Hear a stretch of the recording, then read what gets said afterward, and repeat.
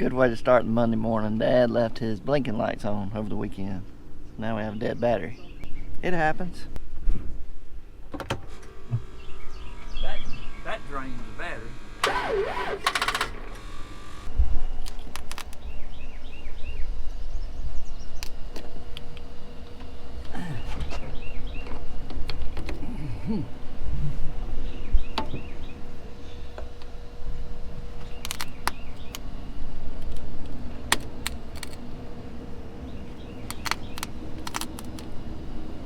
There we go. What's that on? High?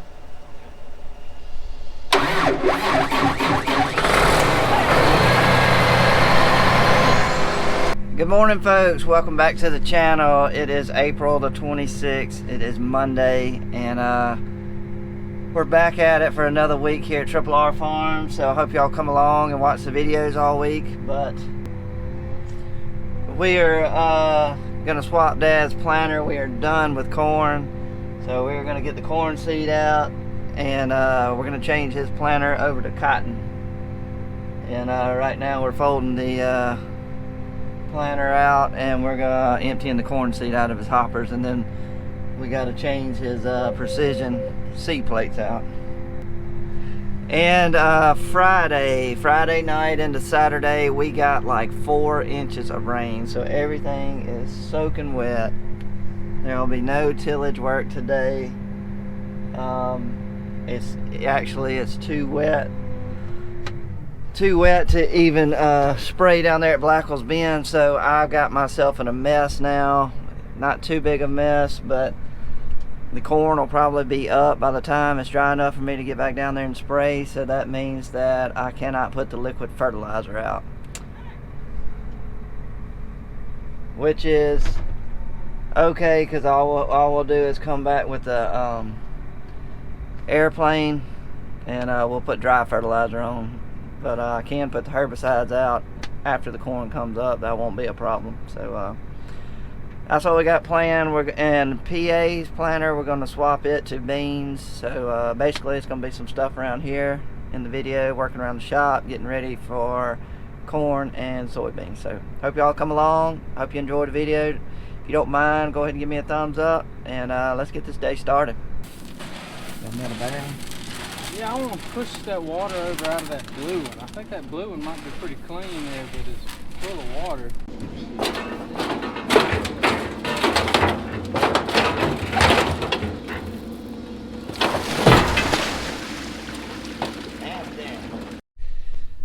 Okay, what we are doing now is we're swapping out the corn plates. Obviously, we were planting corn. And the singulator, ejector, brush, and the seed plate all have to come out, and the baffle has to be adjusted.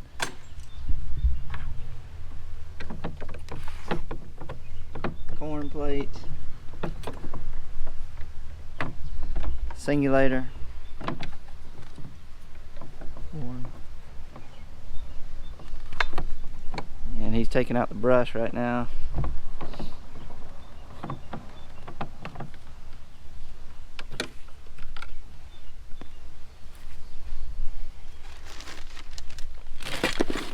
And then he'll blow it off with the air.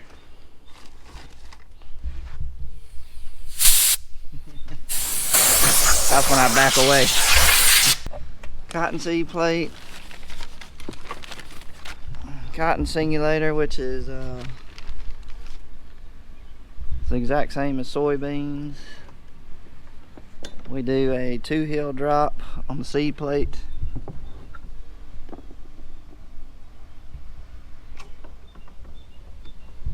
And all this is precision planting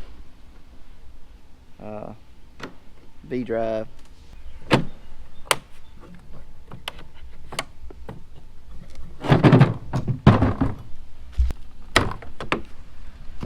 And that's the last thing you do. Set that baffle to 1, and that row is done.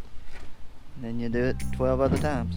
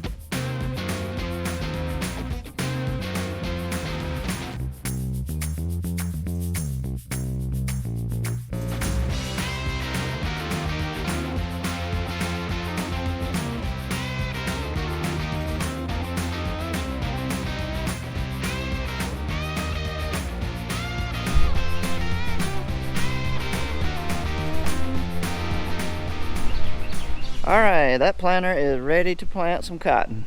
I gotta put one more little thing on this little access door in the bottom right here. It broke the rivet right here. We were cleaning the corn seed out, and Dad put a new rivet. So I gotta bolt that on to that row unit over there, and then it is completely ready to go.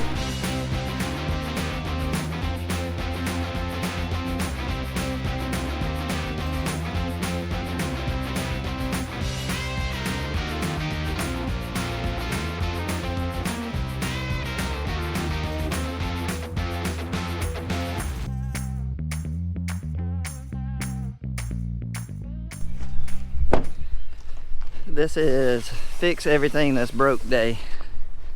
Got a shank on the field cultivator that half of is missing. Well,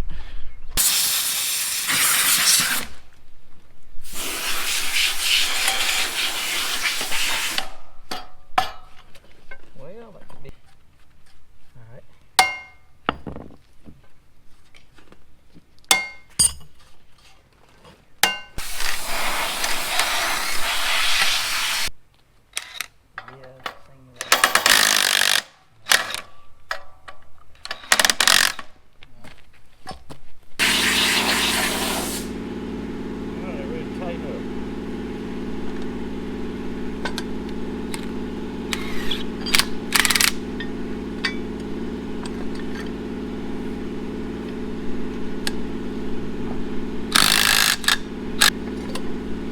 Oh shoot!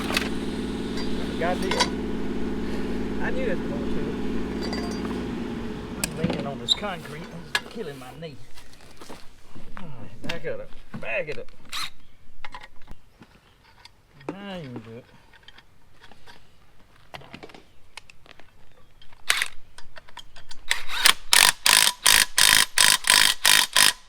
Let me tighten this. He can put it on, but that's backwards as it can be. I told you. What are y'all doing over there? I told you. How you gonna sweep with a sweep up in the air? Ah. All right. Work on it. I'm gonna go do something else. I'm gonna cut the camera off. Yeah. Sounds like a case.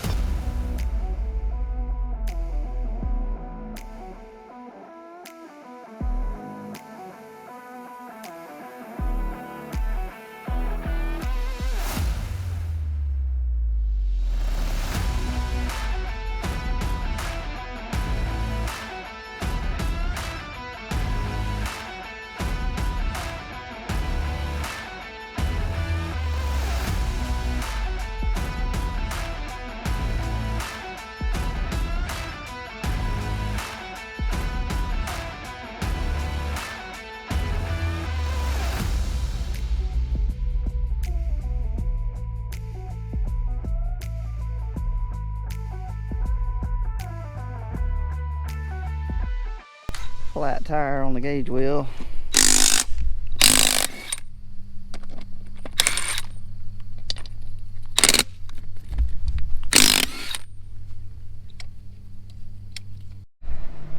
The 475 Case IH speed tiller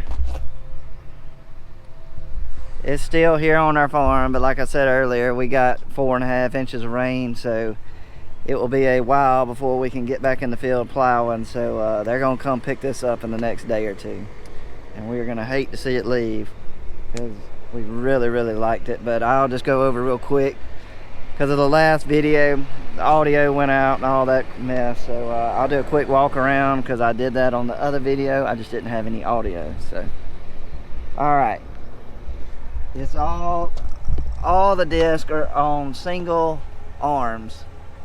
So every disc has its individual arm right here. It's got rubber bushings.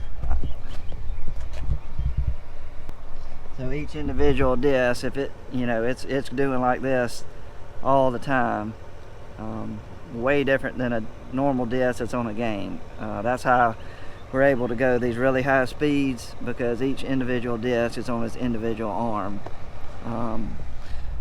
22-inch blades, I think you can get them in 24. I think these are 22. One thing that Case has, I think that some of the other competition does not have, but they were telling me that when the disc finally start wearing out, the blade, you can adjust them, and so you can slide this over where it matches. They want this blade to hit right where that one left off, so as they wear out, you can move this over to where it, they line up perfect, where you do not leave any land that's undisced. And the back is stationary. You don't need to move it when you can move the front right here. So that was pretty neat. Got all kind of adjustments on here. This roller thing on the back, I've never run one like this. I'm not sure what they call this type roller. He told me, but I forgot. But normally we run the basket stuff, but I really like this because in some damp conditions and stuff, it never even thought about getting choked up. So and it really mashed the Clydes down. Did a good job of just really flattening the Clydes. But I really like this. He said out of the 3 options, Charles said he liked this the best, so that's probably what I would get. You got your tension back here on the roller. You can set with these to get your tension in the back right. This is your height right here, setting the depth of the disc on these 2 big cylinders. You got plenty of adjustments. They got all types of different sizes. This is your fore aft, I think. Yeah, your fore aft angle between the front disc and the back.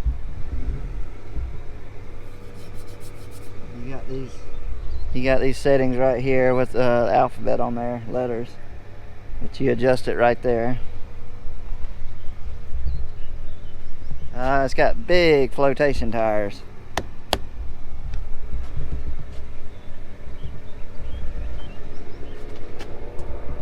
Uh, 560 45R 22.5. It's a big tire, and I was worried about it when we went through some land that was a little bit on the damp side.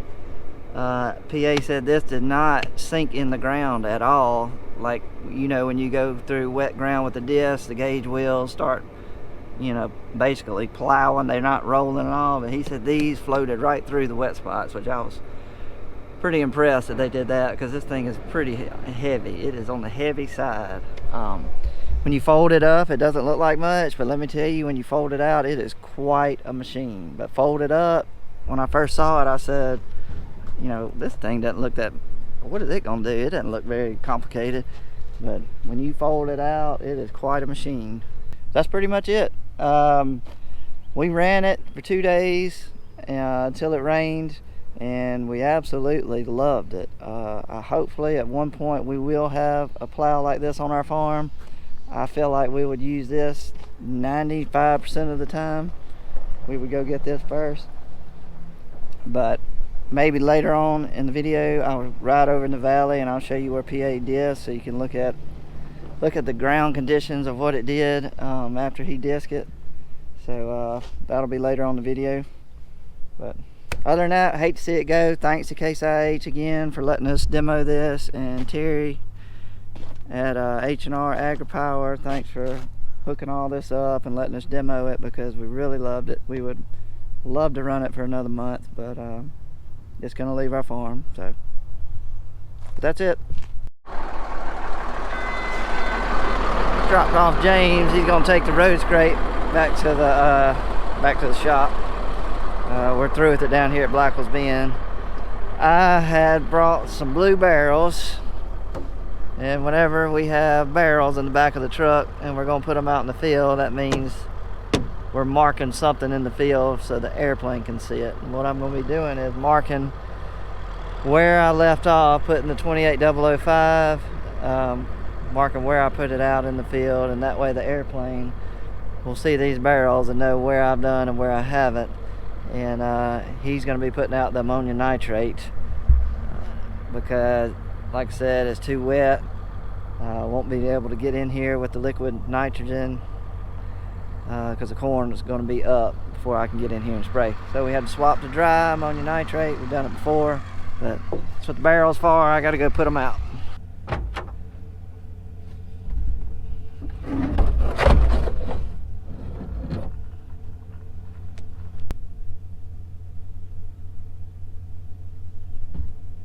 This right here, I don't know if you watched some of the videos, a couple of videos ago, we were down here at Blackwell's Bend and we had the bulldozer, and we had a really wet spot right here that Dad was working on draining, and also one right there.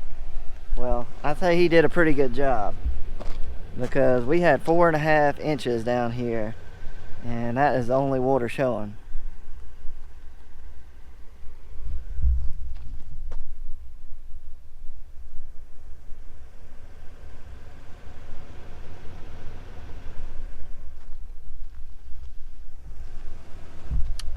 He gets 2 thumbs up on that one.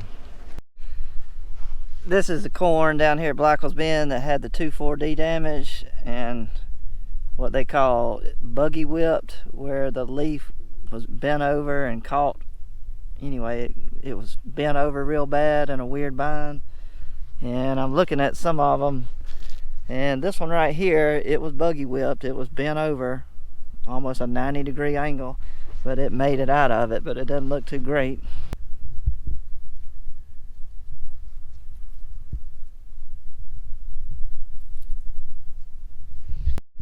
This one right here is another one that is buggy whipped, and it is probably gonna die.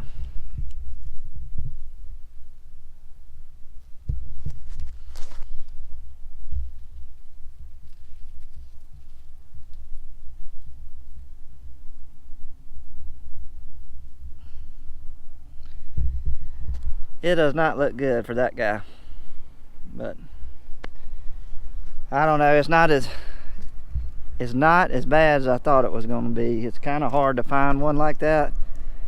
You have to look pretty good. But here's another one. Maybe not that good.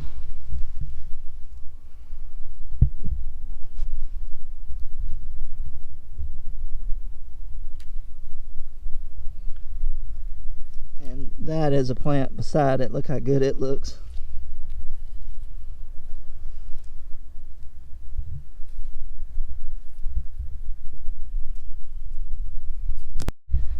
All in all, it looks better than I thought it was going to look.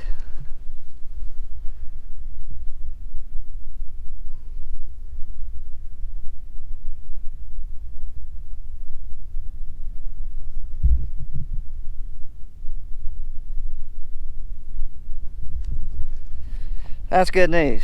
A lot of it came out of it. What did not come out of it is probably going to die, but at least that's not very many at all. Definitely not enough out here to justify replanting, so that was very good. We didn't try to do that, so we'll just watch it, but it's not going to be a big yield right here. But hopefully all the other fields right around here will make up for this damaged corn. So, all right, moving on. For the last part of the video, I was going to show y'all where we ran the 475 case speed tiller, where we demoed that plow. We did it in this field. This field had been disc in the spring, early spring, maybe twice, but it still had some grass and stuff coming on and weeds that were coming up, but it's some more sandy dirt in this field right here, so it should have done a good job, and it did. But here's how it left it. And this is after a 4-inch rain. It's kind of packed everything down, what is going to be packed down. So really little to no claws left, but you could come in here with a planter and plant this field as soon as it dries up. Very impressed with this seed bed. Okay, this is the next field. This is, as you can tell, a lot heavier dirt, black soil, prairie dirt. Always stays on the wet side. And this was actually 2 passes. The first pass, well, let me start over. This field was disc like the other one in the spring, early spring. It was probably on the wet side when we disc it. So it was really, really rough. I'm talking about really rough. I mean, you could twist your ankle walking out here. It was so rough. And we went over it the first time, and it just could not get it like we wanted it with 1 pass. Played around with it, but I really didn't expect it to, because it was just so rough. So it really wasn't fair to the plow. Shouldn't have disc in the spring. If I knew I was going to have this plow, I would never have disc in the spring with the Landau disc. I would have just waited and then just ran this over at one time and probably would have been fine. But didn't know all that, so went over it one time, could not quite get it like we wanted to, smooth enough to where we can come in here and plant it. So we came over it the second time, and the second time he was running 10 miles an hour pretty consistent. And because the first pass smoothed it up enough where he could run 10 the second pass. And got a little bit on the cloddy side, but that's pretty normal for this land. It's had a huge rain on it, so a lot of the clods have melted down. But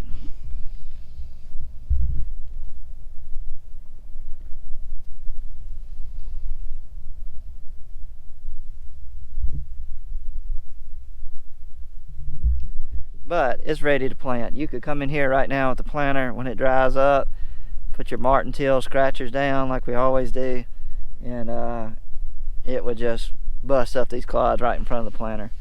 So very impressed with this. 2 passes on this field.